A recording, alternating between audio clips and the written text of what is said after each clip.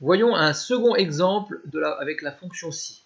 Donc là, par exemple, on a des arbres du Congo et on veut savoir le type de dispersion, si c'est holotochorie, la zoochorie avec les animaux, des choses comme ça.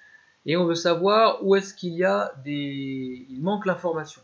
On va faire une fonction si. Si c'est un exemple parce que certains d'entre vous déjà commencent peut-être à se dire il y a d'autres techniques. En effet, dans cette vidéo, je vais aussi vous montrer le filtre.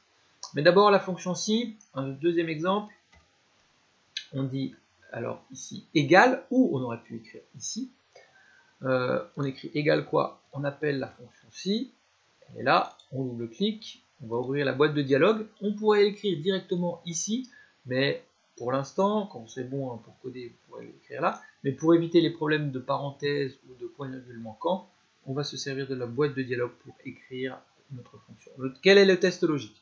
Eh bien on lui demande ici, dans cette case sur le mode de dispersion, lorsqu'il y a une valeur supérieure à 1, c'est le cas en fait quand c'est rempli, quand il y a une case remplie, eh bien on met rien.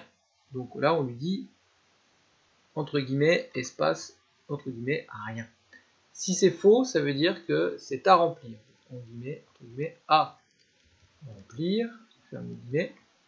Et là, il nous dit déjà l'aperçu de la réponse, et comme il y a une case, il va nous dire c'est vrai, il va mettre un espace. Je fais OK, il n'y a rien du tout, vous avez vu. Si je double-clique, comme je vous avais expliqué, sur le petit carré qui se trouve dans le coin inférieur droit de la cellule, il va l'étirer jusqu'à la fin. Et donc là, ça nous permet de voir à remplir. Maintenant, je vais vous montrer la petite vidéo sur les filtres, évidemment, parce que c'est bien plus simple.